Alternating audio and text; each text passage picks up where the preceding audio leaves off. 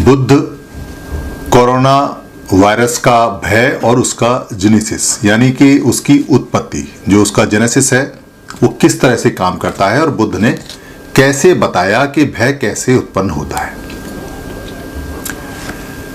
अगर आपने बचपन में मदारी देखा हो, जो गांव-गांव में और शहर-शहर में छोटे-छोटे कस्बों में आता था, दिन के समय एक खेल दिखाता था। क्योंकि मैंने मदारी को बहुत अच्छी तरह से देखा है और बड़ा पास से उसका बचपन में अध्ययन भी किया है। मदारी एक झोला लेके आता है, एक लड़का उसके साथ होता है, एक डंडा होता है और एक थैला होता है। वो सबसे पहले आके डमरू बजाता है।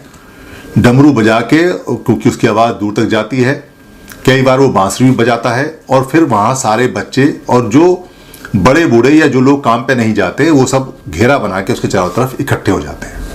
इकट्ठा होने के बाद जो मदारी है पहले छोटी मोटी बड़ी हरकतें करता है, ऐसी हरकतें जिससे बच्चों को बड़ी हंसी आती है और लोगों को बड़ी हंसी आती है, खेल तमाशा। उसके बात करने का जो तरीका होता है वो इतना प्योरीफाइड होता है, इतना बेहतरीन होता है, इतना मैनेज किया और इतना एक्सपर्ट होता है जो अच्छे अच्छे एंकर को मात दे दे। वो कमाल की प्रतिभा उसके अंदर होती है। बोलता भी बहुत अच्छा है और शब्दों का जो हेर फेर जो उसके रटे हुए हैं वो कमाल के होते हैं। अपनी मीठी मीठी बातों से, हंसी मजाक की बातों से वो सबका दिल बहलाता है और सबको हंसी के माहौल में लेके आ जाता है। उसके बाद वो दिखाता है काला जादू। काला जादू में वो उस बच्चे को जमीन पर लिटाता है और उसके ऊपर एक काला कपड़ा डालता है। फिर होता है असली खेल। अब वो भय पैदा करता है अपनी बातों में और बातों में भय को आता है और लोगों से पूछता है क्या इस बच्चे को जान से मार दूं, इसको खत्म कर दूं। लोग डरे हुए होते हैं, मना करते हैं। फिर वो कुछ तेजी से कुछ ऐसे शब्द बोलता है जो भय पैदा करने वाले होते हैं और जब वो भय का पूरा माहौल पैदा कर देता है तो कहता है कि मैं इस बच्चे को अब पूरी तरह से अपने वश में कर चुका हूं और मारूंगा। और वो उस बच्चे की, कपड़े में लेटे हुए बच्चे की तलवार से ऊपर से गर्दन काटने का एक नाटक करता है। बच्चे सारे भयभीत हो जाते हैं, उनको लगता है कि इसने वास्तव में गर्दन काट दी है। वो गर्दन को हिला डुला कर भी दिखाता है तो गर्दन ऐसे लगती है जैसे निर्जीव पड़ी हुई है। सारे बच्चे, सारे लोग उसके बिल्कुल पास में आ जाते हैं। जो उसने जाल फेंका है उसमें फंस जाते हैं और सारे भय से ग्रस्त हो जाते हैं। फिर वो चेक करता है कि सारे लोग भय से ग्रस्त हुए नहीं हुए। वो कहता है कि बच्चा वापस आएगा नहीं आएगा, सब अपने अपने हाथों को खोल दो। तो वो सबसे अपने अपने हाथ खुलवाता है।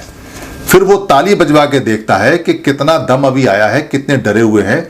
भय के कारण और खुशी के कारण लोग ज्यादा ताली बजाते हैं तो वो ताली की इंटेंसिटी और ताली की आवाज को मापता है।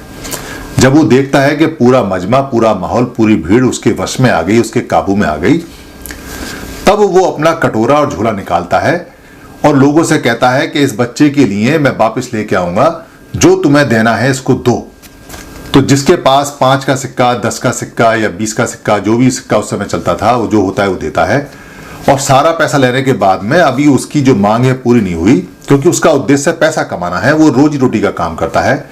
तो वो कहता है कि जाओ बच्चों, अपने अपने घरों से आटा लेके आओ। और फिर बच्चे भागे भागे जाते हैं, आटा लेके आते हैं। खेल तमाशा वो पूरा करता है और उसको, बच्चे को वो जोड़ के दिखा के और वहां से चला जाता है। मदारी को एक एक बात का पता होता है कि कब लोगों में भय व्याप्त हुआ है, कब भय का माहौल आया है, कब वो डर रहे हैं, कब फियर चारों तरफ फैल गया है, कितनी ताली बजाई, कब हाथ खोले, कब नहीं खोले। मैं बचपन में इसको देखता था तो मैं मदारी को बहुत ध्यान से देखता था, बच्चे को ध्यान से देखता था। और जब वो हाथ खोलने को कहता था तो मैं हाथ नहीं खोलता था, क्योंकि किसी को दिखाई न दे, इसलिए मैं पीछे हाथ बांध लेता था और हाथ बांध के मैं देखता रहता था कि क्या मेरे हाथ बांधने से ये बच्चा जीवित होगा या नहीं होगा। मेरे हाथ बांधने से या हाथ खोलने से कोई फर्क नहीं पड़ता, क्योंकि वो खेल उसका मनोवैज्ञानिक है। इस मनोवैज्ञानिक खेल के, इस मनोचिकित्सक खेल के, इस माइंड के खेल के या मन के विज्ञान के या मन के व्याणा के, क्योंकि पुरानी भाषा में इसको व्याणा बोलते हैं, मन का विज्ञान, मन का व्याणा यानी कि चैतसिक व्याणा। भगवान बुद्ध ने पूरी की पूरी जो खोज, पूरी की पूरी जो साइंस है वो सारी मनोविज्ञान के ऊपर की है। उन्होंने मन का अध्ययन किया है कि मन शरीर को कैसे चलाता है, मन शरीर को कैसे कंट्रोल करता है, मन शरीर को कैसे जकड़ता है और मन शरीर को कैसे खोलता है। क्योंकि भय जो आता है वो मन में आता है, और फिर मन में आने के बाद में बच्चा ताली बजाए या ना बजाए, या उसको पैसे दे दे या उसको आटा दे दे या उसका काम करे या वो जो भी कहे उसके वश में आता है, वैसा ही वो कहता है। क्योंकि बीच बीच में मंदारी कईयों को फटकार भी लगाता रहता था कि तुम खड़े हो जाओ, तुम उठ जाओ, तुम बैठ जाओ, और लोग उसकी बात को ऐसे मानते हैं जैसे वो उनका बाप, उनका पिता या उनका सब कुछ है। क्योंकि लोग इतने ज्यादा भय में जड़ जाते हैं, जगड़ जाते हैं। ये भय का विज्ञान या भय का मनोविज्ञान सारा का सारा बुद्ध ने अभिधम्म पिटक या सुत्त पिटक में एक स्पष्ट बताया हुआ है, जिसपे आर्टिफिशियल इंटेलिजेंस भी आज की डेट में बहुत तेजी से काम करती है कि कैसे मन काम करता है। मन की साइंस को बताने वाले वो पहले और सबसे बड़े वैज्ञानिक रहे। उसके बाद लोगों ने मनोचिकित्सक या मनोविज्ञान की डिग्रियां लेनी शुरू की हैं। मेरे पिता धम्म का बड़ा अध्ययन किया करते थे। वो धम्म सिखाते भी थे, हम उनसे धम्म सीखते भी थे। लगभग 19 साल पहले की बात है, 19-20 साल पहले की, जब उनकी मृत्यु होने लगी तो वो मृत्यु चूंकि अस्पताल में हो रही थी, छोटा भाई भी डॉक्टर है, तो मैंने उनकी मृत्यु को अपनी आंखों से बिल्कुल पास देखा। क्योंकि मैं पास था, छोटा भाई था, बड़े भाई नहीं थे, तो उनको बड़े भाई के आने का इंतजार थे। सुबह उन्होंने कह भी दिया था कि बड़े भाई को बुला लो, क्योंकि उनको पता चल गया था कि आभास आज उनका शायद शरीर शांत हो जाएगा। तो उधर उनकी मृत्यु हो रही है और वो सांस लेने के लिए बार बार कोशिश कर रहे हैं। तभी एक आवाज आती है जो हमारे पिताजी के एक दोस्त रहे हैं, वो कहते हैं अपनी पत्नी से कि जाओ गंगा जल ले आओ। पत्नी भागी भागी जाती है, और हम चूंकि आंसुओं में सराबोर थे इसलिए हमने ध्यान नहीं दिया। वो पत्नी उनकी जो है गंगा जल लेके आती है, पानी लेके आती है, और वो चम्मच से पानी मुंह में डालते हैं। पानी मुंह में डालने के कुछ देर बाद उनकी सांस खत्म हो जाती है, यानी उन्होंने उनके मुंह में गंगा जल कह के वो पानी डाल दिया। उनकी आंखों में लगभग आंसू आए जो मैंने देखे थे। समझ में नहीं आया, क्योंकि पूरे जीवन भर जो उन्होंने पढ़ाया कि गंगा जल नहीं डालना चाहिए या इससे कुछ नहीं होता है, उसका था, या बड़े बेटे को नहीं देख पाए उसका था, या मृत्यु को प्राप्त हो रहे थे उसका था, ये तो वही जाने। मगर मुझे एक बात समझ में आई कि व्यक्ति जब मरता है तो उस समय उसके आसपास के सारे लोग बिल्कुल हैंडीकैप्ट हो जाते हैं, उस भय में व्याप्त हो जाते हैं। यानी वो जो मृत्यु होती है, मृत्यु के माहौल में वो स्तब्ध हो जाते हैं, उनकी बुद्धि काम करना बंद कर देती है, और वहां पर कोई भी आदमी कुछ भी करे वो उसका विरोध नहीं करते हैं। हमें विरोध करना चाहिए या नहीं करना चाहिए ये एक विषय हो सकता है, मगर चूंकि मृत्यु का भय और मृत्यु का माहौल इतना कमाल का होता है कि वहां आदमी की जो बुद्धि है काम करना बंद कर देती है। क्योंकि मेरे परिवार में डॉक्टर हैं, तो मैंने उनसे पूछा कि पानी डालने का क्या है। उन्होंने बताया कि पानी टैकिया में डालते हैं ताकि सांस का आना जाना आसानी से हो जाए। और मैंने फिर बाद में अध्ययन भी किया तो ये पाया कि ये हमारी ही परंपरा, यानी बुद्ध की, भारत की पुरानी परंपरा है। क्योंकि गंगा सारी रिवर को बोलते हैं, पुरानी भाषा में नदी कोई नाम ही नहीं है, जितना भी बहता पानी है उसको गंगा बोलते हैं। इसलिए जो भी पानी हम पीते हैं वो गंगा वाटर होता है। तो इसलिए ये परंपरा हमारी है, ये परंपरा हमारी है, ये जान के मुझे कोई ज्यादा परेशानी नहीं हुई। फादर को हो सकता है कि हुई हो या नहीं हो। मेरा कहने का मकसद ये था कि मृत्यु के समय वो भी संस्कार कर डालता है आदमी जो पूरे जीवन जिनका विरोध होता है, यानी कि उस समय वो आदमी बिल्कुल वेनरेबल होता है, उसके लिए वो बिल्कुल संभव होता है और वो उसको कर देता है। ऐसा भय का और ऐसा मृत्यु का माहौल चारों तरफ होता है। एक अर्थी में मैं गया जहां मेरे एक जो मेरी पत्नी है उनके पक्ष की एक अर्थी थी, वहां पर वो लोग आए। वो चूंकि वो राधा स्वामी लोग हैं और नामदेव को मानने वाले लोग हैं, तो वहां जो डेड बॉडी थी उस पर जिसने जो कह दिया वहां कोई बोलने वाला था नहीं, वो वैसा ही मान लिया। बाद में वो निगम बोध घाट लेके गए तो जहां उस क्रिया कराने वाले ने जैसा बोल दिया वैसा सबने मान लिया। और लगभग 600 रुपए का क्रियाक्रम होता है और 7,000 रुपये वो कई सारे दुनिया भर के चार्ज लगा के वो लेते हैं। जब वहां हड्डियां लेने आते हैं, अस्थियां लेने आते हैं बची हुई, उस समय भी वो 3-3,500 रुपये ले लेते हैं। क्योंकि लोग भय के माहौल में, मृत्यु के माहौल में अपनी जेब पैसे देके ब्लड टालते हैं, उनका मन बड़ा खराब होता है। तो दो बातें बहुत इंपॉर्टेंट भगवान बुद्ध ने बताई, जो बुद्ध का मनोविज्ञान है उसमें बताई, कि बहुत ज्यादा खुशी हो या बहुत ज्यादा दुख हो। क्योंकि खुशी के समय भी जब शादी होती है या ब्याह होता है या बर्थडे होता है तो लोग घोड़ों पे भी पैसे लगाते हैं, पैसे बिखेर बिखेर के नाचते हैं, वार वार के नाचते हैं, और किसी को कुछ भी खुशी में दे देते हैं, गिफ्ट बढ़ते हैं, खूब अनाप शराब पैसा खर्च करते हैं। उस समय पैसे की वैल्यू नहीं होती, जिसने जो मांगा उसको वो दे दिया, जितना है दे दिया। तो खुशी और माहौल में जो मन होता है वो एक्सट्रीम पे होता है, यानी कि वेदनाएं जो होती हैं, अच्छी वेदनाएं या दुखद वेदनाएं दोनों एक्सट्रीम पे होती हैं, उस समय बुद्धि काम करना बंद कर देती है और जो मदारी है वो उसी समय का इंतजार करता है। अभी जो कोरोना का भय चारों तरफ चल रहा है, इसमें बहुत सारे छोटे बड़े मदारी निकल के आ गए हैं।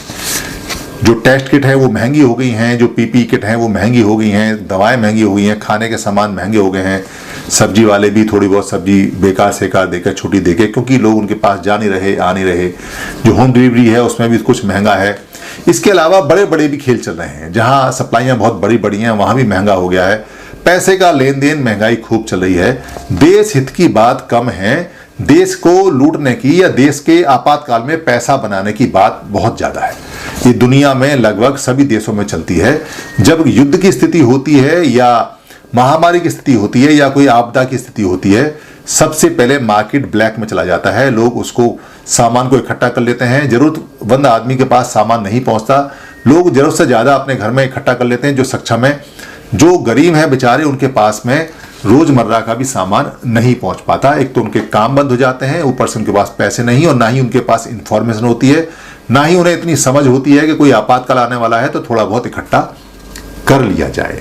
ये स्थिति बड़ी भयावह और बड़ी खतरनाक होती है किसी ऐसे देश के लिए जो देश भाईचारे पे चलता हो या डेमोक्रेटिक केस हो, क्योंकि कुछ लोग इस मजबूरी का फायदा हमेशा से उठाते रहे। ये बिल्कुल देशद्रोह के बराबर एक काम है और देशद्रोह से भी ज्यादा खतरनाक और घटिया माना जाता है और होता है। इससे उत्पन्न संतान या इससे बड़ी हुई संतान या इससे कमाया हुआ पैसा कभी भी उस व्यक्ति को फल नहीं दे सकता, क्योंकि वो पैसा महामारी में या महामृत्यु में या महापरेशानी के अंदर देश में विरोध के समय कमाया हुआ पैसा होता है। इसलिए वो पैसा उनकी संतानों में हमेशा नुकसान ही देता है। ऐसा बुद्ध ने सिद्ध करके बताया, नियम बताया, साइंस बताई इसके बारे में। जो कोरोना का डर है वो डर सच है। सच इसलिए है क्योंकि पूरी दुनिया के अंदर कोरोना महामारी है, जो पेंडेमिक है वो बहुत ज़्यादा महामारी का रूप ले चुकी है। इसलिए सावधान रहने की बहुत ज़्यादा डॉक्टर बताते हैं, डॉक्टरों का समूह बताते हैं, या जैसा सरकारी आदेश आता है उसको सक्षर अगर आप पालन करेंगे तो कोरोना के भय से और कोरोना के डर से निकल जाएंगे। अगर आप अपना दिमाग लगाएंगे, अपना सोचेंगे, या आपको लगेगा कि ऐसा कुछ नहीं है, तो आप जो पुरानी महामारियां हुई हैं उनको पढ़ लीजिए, उनको सुन लीजिए। बहुत सारी वीडियो आ रही हैं। करोड़ों की तादाद में लोग दुनिया में महामारी में मरते हैं। ये अब तक के इतिहास में ऐसी महामारी है जिसको देश कंट्रोल कर रहे हैं, लोग जानकारी से इसको बच रहे हैं और बचा रहे हैं। ये महामारी पूरी तरह से खत्म हो सकती है अगर आप जानकारी का सही इस्तेमाल करें तो। अगर आप जानकारी का सही इस्तेमाल नहीं करेंगे तो दिक्कत हो जाएगी। मगर दूसरा जो इसका पहलू है वो ये है कि जो लोग अपने घरों में बंद हैं वो बहुत दिनों बाद बंद हुए हैं। भारत की पुरानी परंपरा रही है कि 3 महीने तक लगभग सब लोग, 3 से 4 महीने तक सब लोग अपने घरों में बंद रहते हैं। जब वर्षावास होता है, जब वर्षा आती है, वर्षावास बोलते हैं जिसको बारिश के दिनों में बोला जाता है, जो आषाढ़ी पूर्णिमा से आरंभ होती है और कार्तिक पूर्णिमा तक चलती है।